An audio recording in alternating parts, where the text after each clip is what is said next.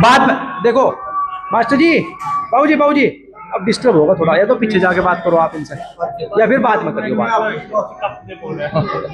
अगर आपको गेहूं की खेती करनी है और ऑर्गेनिक करना चाहते हो, और आप ये चाहते हो कि हमारा उत्पादन ना घटे, है ना, तो बहुत से साथी हैं, सबका अनुभव यह है कि उत्पादन घटेगा पहले साल। आपको गेहूं की खेती करने के लिए पूर्व तैयारी करनी पड़ेगी खेत की। कब से? अब से। अब आपको क्या करना है, उस खेत में खेती जो होती है वो दो चीज करते हैं खेती को, एक तो जीवाणु और एक माइक्रोन्यूट्रिएंट अणु, ठीक है ना, ये दो चीजें चाहिए। अब हमारी जो मिट्टी है, ऊपर की 6 इंच लेयर जो है, उसको हमने ज्यादा पानी देकर, ये जो पंजाब हरियाणा पश्चिमी उत्तर प्रदेश है, इन्होंने ज्यादा पानी भरपूर है यहाँ, है ना। अब पंजाब के वो मुख्यमंत्री चले गए बाहर, उन्होंने यहां आके कहा कि भाई मैं ऐसी तकनीक लाऊंगा कि जो पानी है हरड़ से निकालते थे बैल चला गए, कि मैं ऐसी तकनीक लाऊंगा कि बटन दबा के पानी निकलेगा, और जो हल आप चलाओगे तो बैठ के हल चलेगा खेत में। तो वो बाहर देखिए जाके, वहां ट्रैक्टर चलता था, है ना, मोटर ट्यूबवेल उन्होंने बना लिया था, वेल मतलब कुआं, तो वो पानी निकालते थे मोटर से, वहां निकाल ही नहीं सकते पानी, बैल वहां है, निकाल ही नहीं सकते। तो वो आबो हवा का तो हमने समझा नहीं, और वहां फिर 1940s में हाइब्रिड बीज बना लिए थे। जर्मनी का एक साइंटिस्ट था, उसने, किसका? गेहूं का, क्योंकि गेहूं ही पैदा होता है वहां, बड़े बड़े खेत है वहां, 100 एकड़ 200 एकड़, क्योंकि जंगल है तो वो ज्यादा मात्रा में बड़े खेत है वहां, लोग कम है, तो वहां की मिट्टी जो है वो मिट्टी है, भूमि नहीं है, कड़क है बहुत, वातावरण के कारण, ठंड बहुत है ना। हमारे यहां मिट्टी में जो अंग्रेज सरकार के रिकॉर्ड है वो ये है कि भारत की मिट्टी में 2.5% कार्बन था। कितना? इससे कम नहीं हुआ कभी। और कार्बन जो है वो सबसे जरूरी है, जो उसका जो तना बनेगा ना पौधे का, वो कार्बन से बनेगा।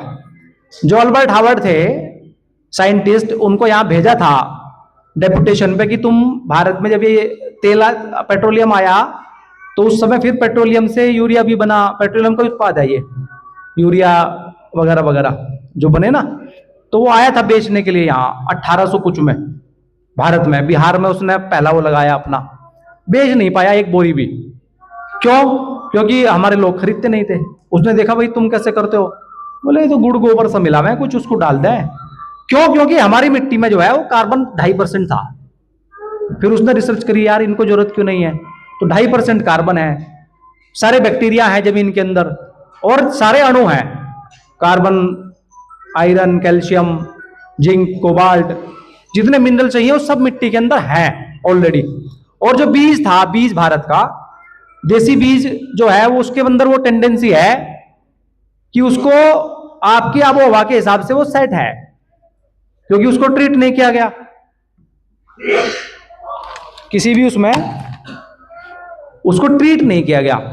अब इन्होंने जो हाइब्रिडाइजेशन किया बीज का, अब फिर धीरे धीरे धीरे धीरे किया तो उन्होंने अपने हिसाब से वहां शुरुआत में, फिर उसको धीरे धीरे चेंज करते करते अब स्थिति आ गई है कि उस बीज को इस तरीके से तैयार कर दिया है कि वो बीज जो है उसको बीमारी आएगी समय पे, पंगु बना दिया है उसको, बीज को। क्योंकि ये सब कंपनी एक की है, पता लग गया होगा ना आपको, बीज जिसका है, दवाई जिसकी है, मशीनरी जिसकी है, ट्रैक्टर या जो भी मशीन आप यूज करते हो खेती के लिए, और तेल, इनका मालिक एक ही है। तो ये सब एक दूसरे पर डिपेंडेंट है, इस तरीके से साइकिल उन्होंने बना रखी है। भाई आपका बीज जैसे ही आप लाओगे बाजार से, तो उसमें आपको समय समय पर खरपतवार नाशक भी, यूरिया डीएपी भी, और आपको क्या नाम है पेस्टिसाइड की भी जरूरत पड़ेगी। ये बहुत झूठ बकावा है कि भाई हाइब्रिड से उत्पादन ज्यादा हो जा, तो हाइब्रिड से उत्पादन तो ज्यादा तब माना जाएगा भाई आप एक खेत में हाइब्रिड बीज बो,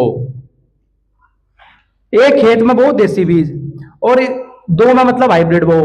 तो एक में हाइब्रिड बोया आपने, उसमें खाद पानी, खाद मत डालो, पेस्टिसाइड यूरिया डीएपी।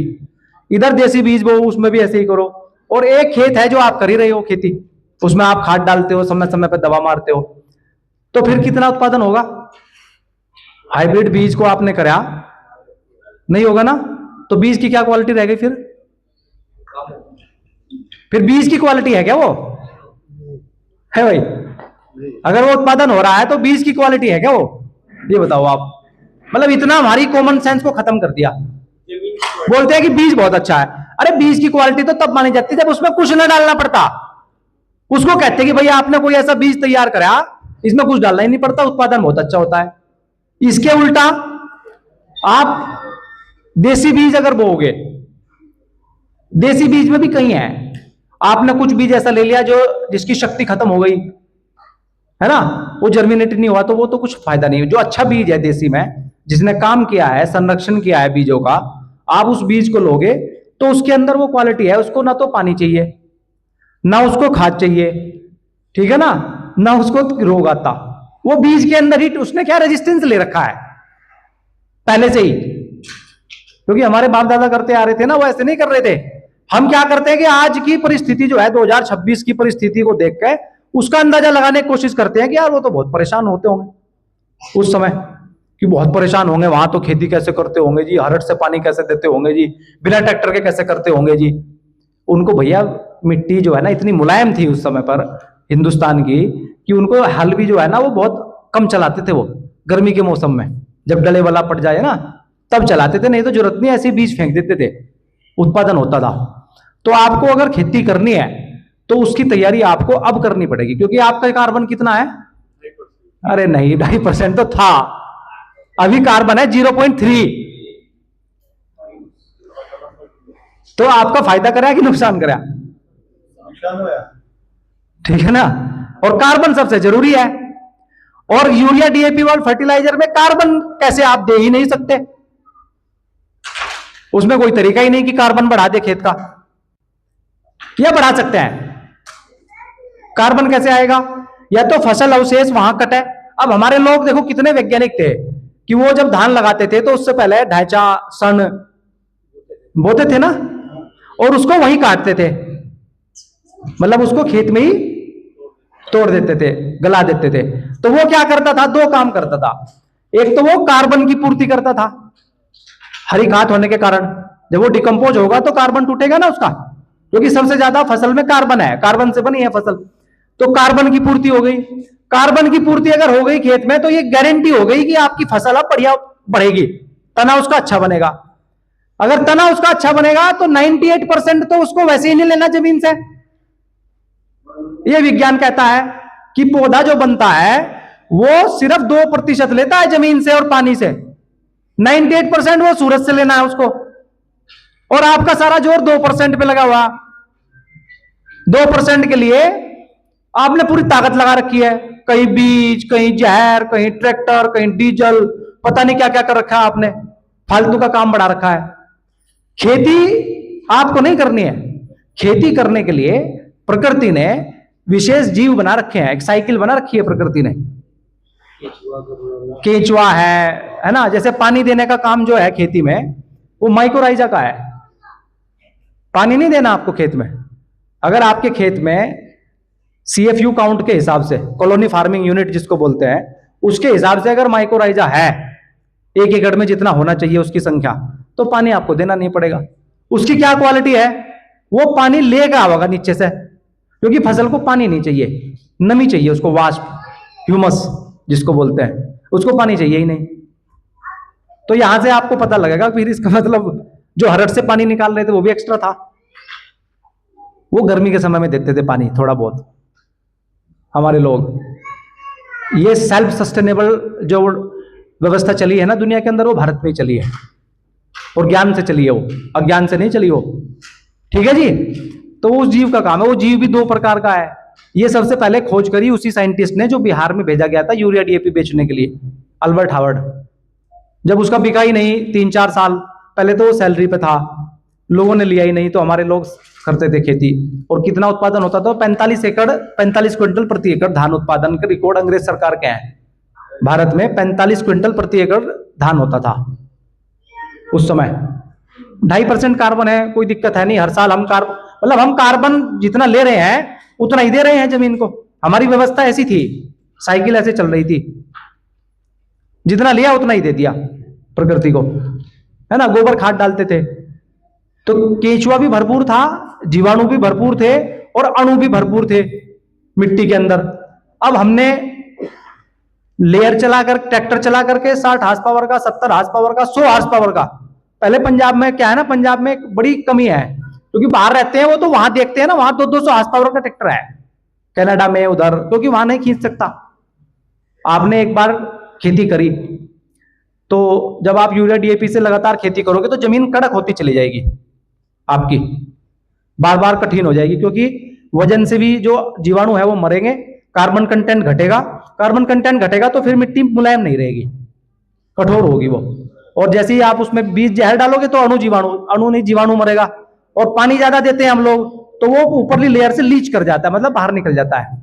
अभी बरसात के मौसम में पानी इधर उधर जाता है ना, तो वो बह करके आपके जो माइक्रोन्यूट्रिएंट है वो बह जाते हैं उससे, एक से दूसरे, दूसरे से तीसरे, फिर वो नदी नालों में, जोड़ में इसमें चले जाते हैं। इसलिए जोड़ की मिट्टी आज भी अच्छी मानी जाती है। तो वो वहां कड़क हो जाती है मिट्टी बार बार। तो पहली बार अगर आपने 50 हार्स पावर का चलाया तो अगली बार फिर नहीं चल पाएगा वो, 2-4 साल के बाद बड़ा ट्रैक्टर चाहिए। तो वहां तो है स्थिति ये, वहां तो एबंडेंट हो गई है जमीन। अमेरिका के अंदर बहुत सी जमीन जो है वो बंजर हो गई 300 साल के लिए। बोर्ड लगा रखे उन्होंने कि भाई अब ये 300 साल तक इस पर खेती नहीं हो पाएगी। अपना तो कर लिया उन्होंने सत्यानाश। अब ये तो भारत की मिट्टी में इतनी जान है कि अब तक टिकी हुई, देखिए ना, अब तक टिकी हुई है, क्योंकि थोड़ा बहुत गोबर डाल ही देते हैं। हमारा आदमी ना तो पूरा अंग्रेज होया ना पूरा भारतीय रहा, खिचड़ी है। तो ये लगा दीजिए कहीं। तो ये वो नहीं बेच पाया, फिर उसने नहीं बेचा तो वो सैलरी पे नहीं रखा फिर उन्होंने उसको, अल्बर्ट हावर्ड को। वो गया फिर इंदौर मध्य प्रदेश, उसने कहा मैं नहीं करता 3-4 साल बाद नौकरी, मैं खेती पे काम करता हूँ। तो उसने 30 एकड़ जमीन राजा ने उसको दी, उसने रिसर्च शुरू करी। तो उसने पता लगाया कि ये यहाँ खेती कैसे हो रही है। तो सबसे बड़ा जो इन्वेंशन उसका था, उसको आज भी ऑर्गेनिक फार्मिंग का क्या बोलते हैं, पितामह Bhishma, father of organic farming बोलते हैं उसको, अल्बर्ट हावर्ड को। तो फिर उसने 1930 के अंदर गोलमेज सम्मेलन में ऑर्गेनिक फार्मिंग का भारतीय किसानों के साथ वहां सम्मेलन की लगाया था, इंग्लैंड में जो हुआ था, जिसमें गांधी जी भी गए थे। गोलमेज सम्मेलन नाम सुना होगा ना, 1930 में। तो वहां मुलाकात हुई उसकी गांधी जी से। तो वहां उसने वो शो किया कि भाई ये माइक्रोराइजा ही है जो खेती के लिए सबसे ज्यादा काम करता है, जो माइक्रोन्यूट्रिएंट को उपलब्ध कराता है, पानी ह्यूमस को देता है और मिट्टी को मुलायम बनाता है, क्योंकि ऊपर नीचे जाता हो। वो एक फफूंद है एक तरह का, जो अगर आपकी जड़ में माइक्रोराइजा है तो वो जड़ को नीचे तक ले जाएगा, जड़ को भी बढ़ाएगा उसकी, और वो माइक्रोन्यूट्रिएंट देगा, पानी की पूर्ति करेगा। तो जब माइक्रोन्यूट्रिएंट मिल गई, जड़ नीचे तक गई, जड़ सड़ेगी नहीं, तो वो ऑटोमेटिक, क्योंकि उसको तो 2% लेना है ना जमीन से, 98% सूरज से लेना है, तो वो पूर्ति हुई गई उसकी। अब हमारी स्थिति है उलट इसके।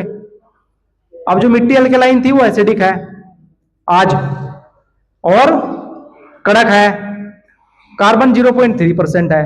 मतलब 0.3% का मतलब है कि मृदा, मिट्टी में बिल्कुल जान नहीं, मृदा बोलते हैं उसको। तो अब कैसे होगी खेती?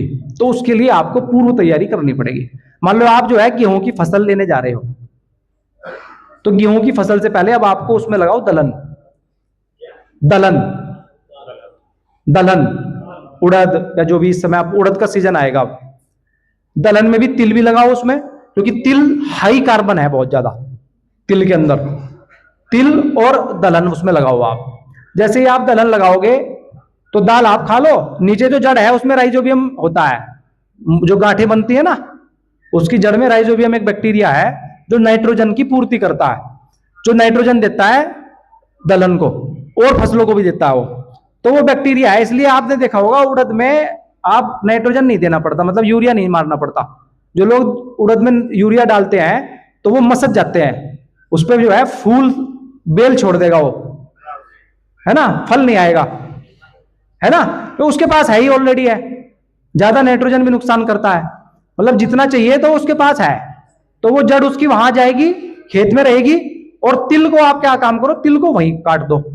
और जब आप दलहन लगाओगे तो दलहन से पहले आप जो है उसमें अगर आपके पास बैक्टीरिया है, अब तो भारत सरकार भी दे रही है, Indian council of spice research Kerala के अंदर, तो वो कैप्सूल कल्चर दे रही है सारे बैक्टीरिया का, जो बैक्टीरिया चाहिए हमारी मिट्टी को। जैसे मैंने कहा राइजोबियम नाइट्रोजन देने के लिए 3-4 बैक्टीरिया, एजिटोबैक्टर है, राइजोबियम है, एजोस्पिरिलम है, तो ये नाइट्रोजन की पूर्ति करते हैं। जैसे गन्ने में अलग करेगा, धान में अलग चीज चाहिए, तो वो कैप्सूल मिलते हैं, 100-200 रुपए का एक कैप्सूल है। उसका CFU काउंट जो है वो उतना ही है, 10 × 6। हाँ हाँ, वो मैंने बता तो दिया, Indian council for spice research Kerala, या फिर पूसा जो है नई दिल्ली में। अपने भी एग्रीकल्चर यूनिवर्सिटी में आप पता कर सकते हो कि भाई हमको जो है बैक्टीरिया के कल्चर चाहिए, कैप्सूल कल्चर, तो वो 7 है, नाइट्रोजन के हो गए 3। क्या गारंटी हो सही होगा? सही है ना, ना वो सही है, नई तकनीक है ये। दूसरा नहीं, ऑनलाइन नहीं, एग्रीकल्चर उससे लेना पड़ेगा आपको। ऑनलाइन भी बेचती हैं कुछ कंपनियां। तकनीक कहाँ से है? अरे तकनीक तो रिसर्च करते हैं, वो सब है उनके पास, निकालते रहते हैं ना, ये अपने लोग हैं, वही लोग अपने हैं। तो दूसरा क्या है कि उसमें फास्फोरस है, जैसे आप DAP डालते हो ना, डाई अमोनिया फॉस्फेट, तो फास्फोरस जो है मिट्टी में भी है। हिंदुस्तान की सारी मिट्टी में फास्फोरस है, बहुत ज्यादा है, जितना आपको चाहिए उससे ज्यादा है। लेकिन उसको जो तोड़ के उस फास्फोरस को ब्रेकेबल फॉर्म में, डाइजेस्टेबल फॉर्म में बनाएगा बैक्टीरिया, उसका नाम है PSB, फास्फोरस सोल्यूबलाइजिंग बैक्टीरिया। वो नहीं है हमारे पास। 1 ग्राम मिट्टी में 20 लाख चाहिए, ये सातों, तब खेती होगी, तो वो लाना पड़ेगा आपको। ऐसे ही जिंक है तो जिंक का ZN है, जिंक सोल्यूबलाइजिंग बैक्टीरिया है। पोटास है तो KSB है, ठीक है ना। सल्फर फफूंद से बचाता है, फंगस है ना जो जब खराब हो जाता है, आप फंगस की दवा मारते हो, सल्फर ही मारते हो ना लाके। सल्फर मिट्टी में भी है, तो उसको डाइजेस्टेबल फॉर्म में बनाएगा सल्फर का बैक्टीरिया। तो ये 7-8 तरह के जीवाणु हैं, ये आप या तो वहां से ले आओ, या फिर जो गाय से बनाया है। इन्होंने सवाल पूछा कि भाई क्या गारंटी है कि ये सही है? कोई गारंटी नहीं है साहब। तो गोपाल सुतरिया जो है उसने भी बनाए हैं गाय के गोबर से, गोबर गोमूत्र से उसने 7 बैक्टीरिया को एक्सट्रैक्ट किया है। 7 तरह के 70-80 बैक्टीरिया हैं, 7 तरह के, नाम अलग अलग है उनके। तो उसने बनाया गोकृपा अमृत के नाम से, वो फ्री मिलता है ना। उसकी गौशाला से आप मंगा सकते हो, यूट्यूब पे आप देख सकते हो उसको, तो वो आप मंगा लो, गोकृपा अमृतम। गोपाल सुतरिया जो है, जो बहुत अच्छा काम कर रहे हैं गाय के ऊपर हिंदुस्तान के अंदर, अहमदाबाद में, तो उन्होंने भी बना दिया है वो बैक्टीरिया। तो वो बैक्टीरिया को क्या करना कि आप जो है उसको 2 लीटर की शीशी आती है उसकी, वो ढक्कन में छेद करके देते हैं, क्योंकि वो एरोबिक बैक्टीरिया है, मतलब वो ऑक्सीजन चाहिए उसको जिंदा रहने के लिए। आपने मतलब कोरियर वोरियर से नहीं आ पाएगा, वो मर जाएगा बैक्टीरिया। उसमें क्या सावधानी है, 200 लीटर पानी में डालना है उसको, उसमें फिर 2 किलो गुड़ डालना है फर्मेंटेशन के लिए। गुड़ क्यों डालना है? पहले जो डालते थे हमारे आदमी, जो कहावत बनाई है कि गुड़ गोबर कर दिया इसने, तो जब तक गोबर में गुड़ नहीं डलेगा फर्मेंट होने का ही नहीं, बैक्टीरिया की संख्या बढ़ेगी नहीं। तो भाई जब तक गुड़ गोबर नहीं डलेगा तो लक्ष्मी नहीं आएगी।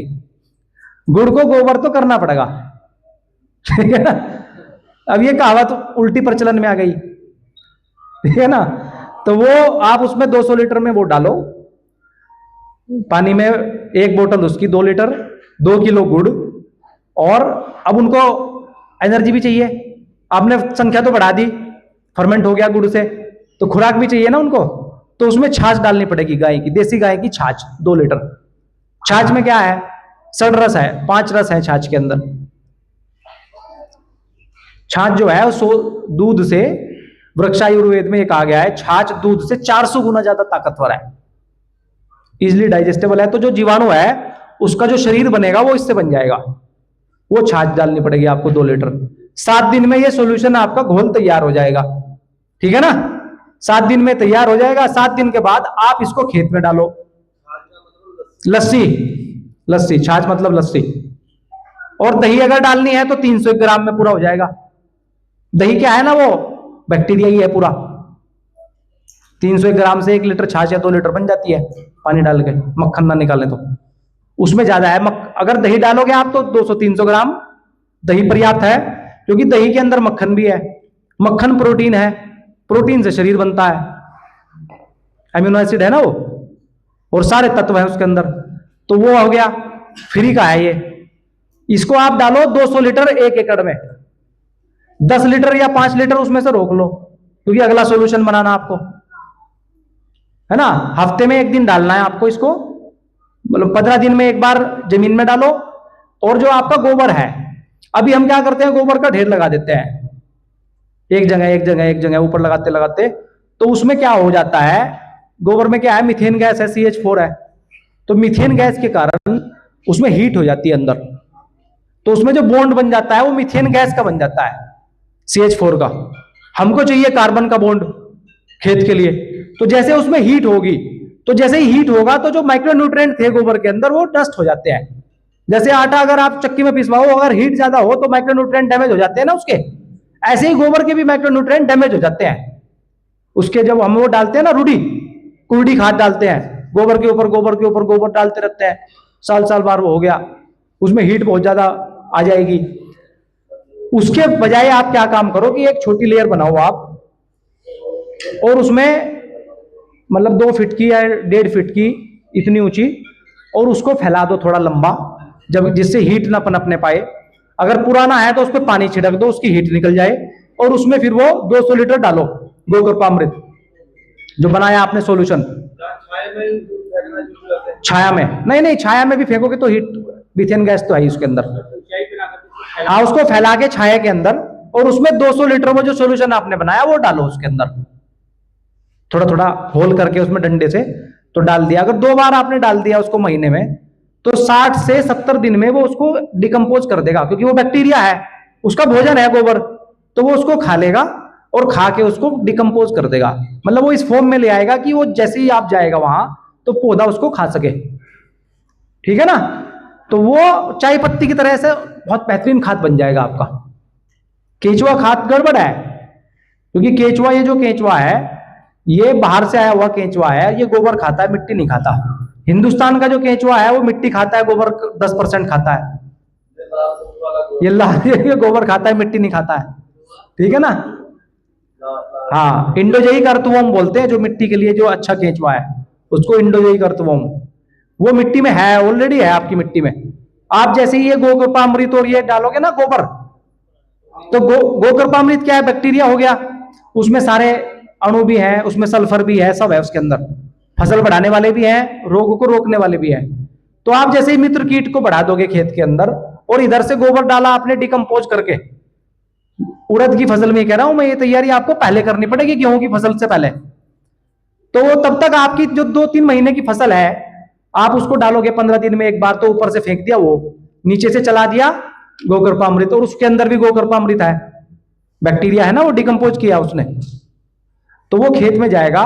तब तक वो अपनी सेटिंग बिठा लेगा, अपनी संख्या को मल्टीप्लाई करेगा। 3 महीने बाद आपको गेहूं लगाने हैं, तो तब तक उसकी संख्या और कार्बन थोड़ा सा आपका 0.5 के आसपास तक आ जाएगा। फिर आप देसी बीज ले गेहूं का, और अपना गोबर जो डिकम्पोज किया हुआ है उसको करते रहो बराबर। 3 महीने है ना आपके पास, उसको करके उसको डालो और ये करो, तो आपका उत्पादन जो है पहले साल पहली फसल में 1.25 गुना आएगा, जितना आता था उससे 1.25 गुना, मतलब 25% ज्यादा। अब आप करना कुछ नहीं चाहते हो, आपने आदत ऐसी पाल रखी है कि भाई लाए बीज और फेंक दे, तो भाई कुछ फिर उसको ऑर्गेनिक फार्मिंग को मत कोसो, आपकी ऑर्गेनिक में वो घटता है। आप करना ही नहीं चाहते, आप पहले ही हार मान जाते हो, कैसे होगा जी, मैं कहां से लाऊंगा जी, क्या करूंगा जी, ठीक है ना। तो मैं इसलिए बार बार ये कहता हूं कि खेती होगी समझ से, आपके ज्ञान से। अब मान लो आप राजस्थान में हो, राजस्थान में होता ही नहीं गेहूं के लिए, है ही नहीं। आप वहां गेहूं करना चाहोगे तो देसी बीज भी नहीं होगा, तो वहां की फसल करनी पड़ेगी, स्थानीय फसल आपको। ये गेहूं तो जो है यूरोप की फसल है, भारत की फसल नहीं है गेहूं। हमारे यहाँ गेहूं होता था, कम होता था। ये पंजाब वाली बेल्ट है, जो गंगा किनारे वाली बेल्ट है ना, जहां वहीं होता था। आप जाओगे साउथ में नहीं होता गेहूं, लेकिन अब वो भी गेहूं खाते हैं, इधर से लाया हुआ गेहूं खाते हैं, हमारे यहीं से, MP से, उधर से, है ना। हमारा जौ है, चना है, गेहूं में भी जो है ना देसी बीज है, अर्जुन है, सोना मोती है, पंसी है ना, ज्वार है, क्वार है, मोठ है। तो आप देसी बीज करो। जैसे चावल में भी हमारे पास 35,000 से ज्यादा चावल तो उसके हैं, वैरायटी है। अभी छत्तीसगढ़ जो रायपुर में यूनिवर्सिटी है उसके पास रखी हुई है भारत के। इतनी वैरायटी हमारे पास है, तो इससे आपकी खेती हो जाएगी। ठीक है जी, कोई दिक्कत तो नहीं इसमें? कोई दिक्कत हो जाए, उत्पादन हो जाएगा? हाँ हाँ, तो धान लगी हुई है तो फिर तो दिक्कत है। तो उसमें आप कुछ और करो उस समय बीच में, तो वो करके आप उसको शुरू करोगे खेती को, तो आपका उत्पादन बिल्कुल नहीं घटेगा। और इसमें अगर आपको और कुछ पूछना हो खेती से संबंधित तो आप मुझसे पूछ सकते हो। अब मैं डॉक्टर साहब आ गए हैं, तो अगला कार्यक्रम उसके हिसाब से शुरू करते हैं। एक बात नारा लगाओगे